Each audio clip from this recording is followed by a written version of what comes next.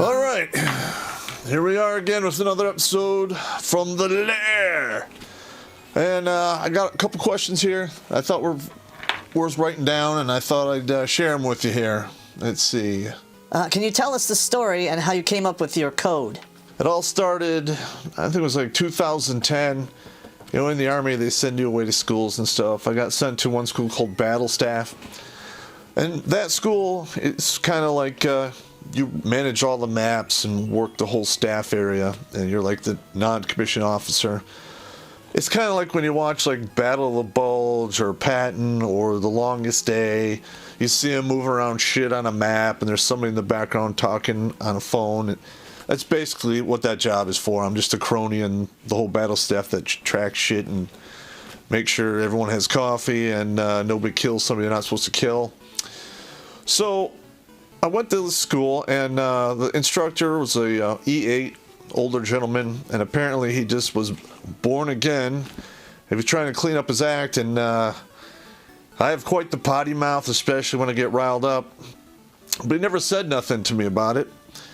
And we're like a week into the course, and it's right after lunch, and we're walking up to go talk to the sergeant major. Now, you don't go see the sergeant major to have friendly visits or, you know, sit down and bullshit unless you've known him forever. So I knew this was going nowhere good. So I walk in there, and the sergeant major says, "Are we really going to throw you out of this school because you have a potty mouth?" And I'm like, what?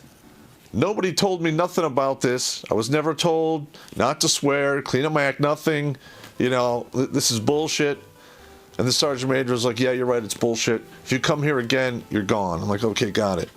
So that night I went back to my room and I came up with the code about the slots and the pegs and how stuff works. I wrote it down on a 3x5 card, and I gave one to each and every one in that class, so I could say the most vile bullshit there is on the face of the planet, talk right around the sensors. It was fucking hilarious. Do you think women are feeling the shortage of men? Yes, I do.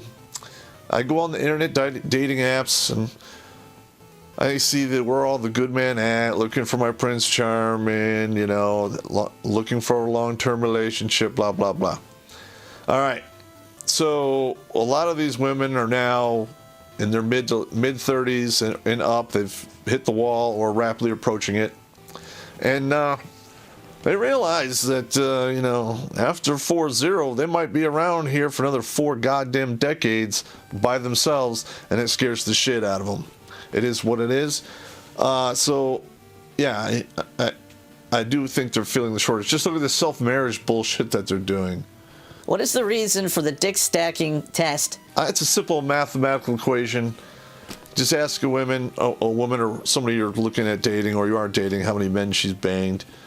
Okay, you multiply that number by 6, divide by 12, and you come up with feet. And if you were to put a pallet or a ladder up at that height or platform and you push them off and they were to get injured, that'd be too many cocks. I'm sorry. After a certain amount, women just don't pair bond well with men, and the minute you're no longer useful to them, they stab you in the back. Just check out the divorce stats and you'll see why. Okay, what is my take on this happiness quotient for women and its steady decline since the 1950s? It all stems from the anything you can do, I can do better bullshit. So, you know, they actually have to work the job, raise the kids, do all the chores, do everything by themselves, and it's eating away at their happiness because women aren't supposed to do man shit for the most part. I mean, you don't see men trying to, you know, have babies and crap, but it is what it is. Just let it spiral down until it hits the bottom. Why do women crave marriage and then file for divorce in such numbers? I've already covered this before. 7, 13, 21, 24 are the main punch-out years. First one is 7 years. If you're getting divorced after the first punch-out, she basically married you to have a couple kids, and she doesn't see any more value in you being around anymore, so you get jettisoned. A lot of guys get caught by surprise on this thing. And what they don't seem to understand is, yeah, they probably don't need a dude now, but down the road they will. And a lot of women make this mistake also. They do such a good job at running the father out of their life that he doesn't come back. He's gone. And usually it takes about 5 years, and these women start to realize how much they fucked up by doing that. Because not having a father in your kid's life is the equivalent of child abuse in my book. And you can check the stats yourself. You know, kids from fatherless homes do very poorly. You know, just look at the prison stats, the census, and all the other studies. In fact, just Google effects of fatherless children, and you'll get all your answers there. Okay, what was my take on college, and was it better than going in the Army? Well, I went in the Army at 17 because, you know, there is no white privilege, and I had no other options at the time. The first couple years I was in the Army, I was thinking that all my friends I went to high school with are just having this great party time back in college, and I was jealous and what have you. And when I got off active duty in 92, when I went to college, I found out that it was a bunch of bullshit. And I had way better parties in the barracks and banged more chicks and saw all kinds of crazy shit in the Army than I ever did in college. So those crazy frat house days, those guys that are putting those on now, they're a bunch of pussies. I'm just saying. Comments below if you don't like it. I have a copy of your coitus consent form, and they are hilarious. Thank you. Did you go to law school because it is well put together? No, I did not go to law school, but I was a process server for a few years, and I read my share of torts and lawsuits. And I decided to come up with that for as a direct result of the yes means yes laws, which basically, if she gets pissed off at you after the fact, you're basically a rapist, you know, if she says you are, which basically is the case anyway on most college campuses. But it is what it is. I'm glad you liked the form. Please share it. And if you guys are out there in college, print it out. It's on my website. Hang it up on the boards in your school and watch the women go fucking nuts. It's hilarious. Okay, what was the reason you went into the Army, and what was the exact moment you decided? Like I said, I was the epitome of average, 5'8", 138 pounds-ish, brown hair, brown eyes with a 2.5 GPA. There's no scholarships. If I wanted to work, I probably needed to like work as a busboy or a waiter, work my way through school, which I probably wouldn't have been able to do, and I would have wound up at best being an assistant manager at Denny's. All right, so I went in the Army. Nobody said, hey, there's a secret line here for white guys. No. You score what you need to score on your rifle, you do your PT, you don't fall out, you don't bitch, moan, and complain. You show up when they tell you to show up, and you bring the equipment they tell you to bring.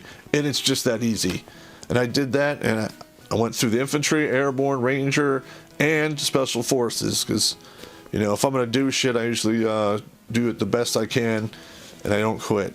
I'd been stalked by this recruiter for 2 years. He knew everywhere I hung out, how I walked to football practice, where I skipped school out, and I remember I was playing Galaga at this video game, and I saw him over my shoulder in the mirror, or the reflection of the screen, and he said, how long are we going to play this cat and mouse? And he said, how long are we going to play this cat and mouse game? Because there is no scholarships for a white boy with a 2.5 GPA. And I said, I looked at him, I said, Sergeant, I'll be there on Friday. And that's how it went. And that was back in the day when, you know, they were still sending people in the Army. It was either Army or jail. And there was people in my basic training who couldn't fucking read. I had to teach them. Okay, why is it that I bash and shame fat people? This is so cruel and shallow.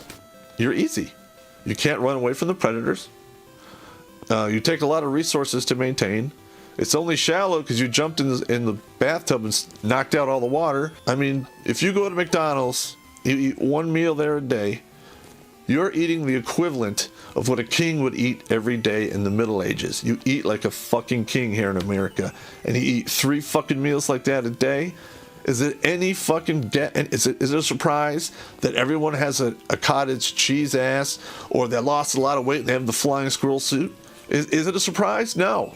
I think it's sickening. People are getting type 2 diabetes. It's not a healthy body image. It's not healthy for you, period, in the long run.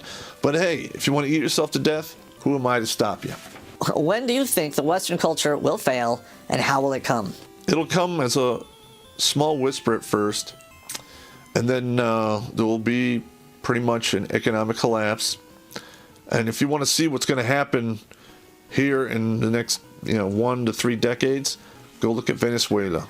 No food, rioting in the streets, shit is going south because it basically the socialism or the nationalism or whatever system they have became so top heavy that it fell over and there was nothing in the bottom.